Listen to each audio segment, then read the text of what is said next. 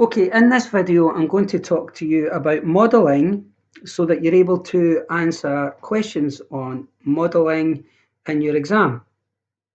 So the first thing that we need to recognise is the role of modelling within the design process.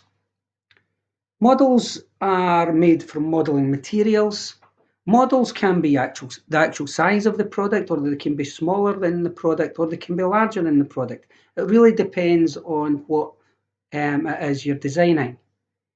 Models are made from modelling material. Examples of modelling material include card, polystyrene, clay, plaster of Paris, blocks of wood, wire.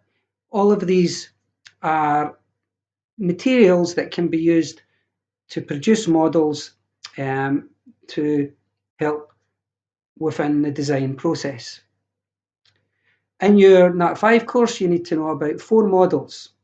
You need to know about sketch models, scale models, block models, and CAD models, or computer generated models. If we start by looking at a sketch model, these types of models are generally produced early on in the design process. Sketch models are cheap to make.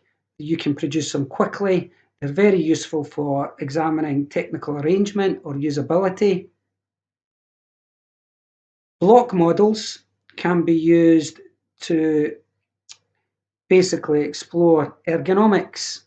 A block model, example of a block model would be something that's maybe made from clay or polystyrene, and it's particularly useful for exploring form and ergonomics and usability. Scale models can be full-scale models, or they can be scale models where you're reducing the size of the product or increasing the size of the product. And these models are generally used to determine sizes and to examine proportions. CAD models produced on a computer are useful for exploring form. They provide a very realistic view of the product, and they can also be used to examine assembly aspects of a design. So these are the 4 models that you need to be familiar with. So let's have a look at an example of a question. So here we have a question on modelling. It says, modelling techniques were used during the design of the blender shown above.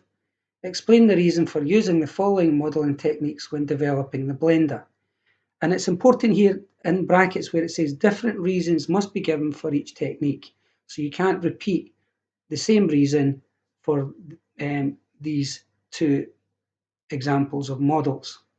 So let's have a look at suitable answers.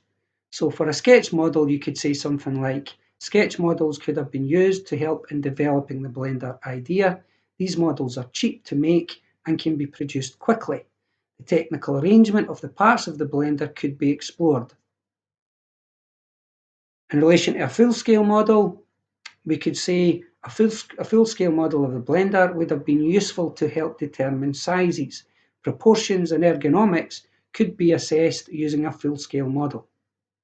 So these are suitable answers demonstrating that you understand what the model is and the role of the model as it relates to the design process. Okay, thank you for listening.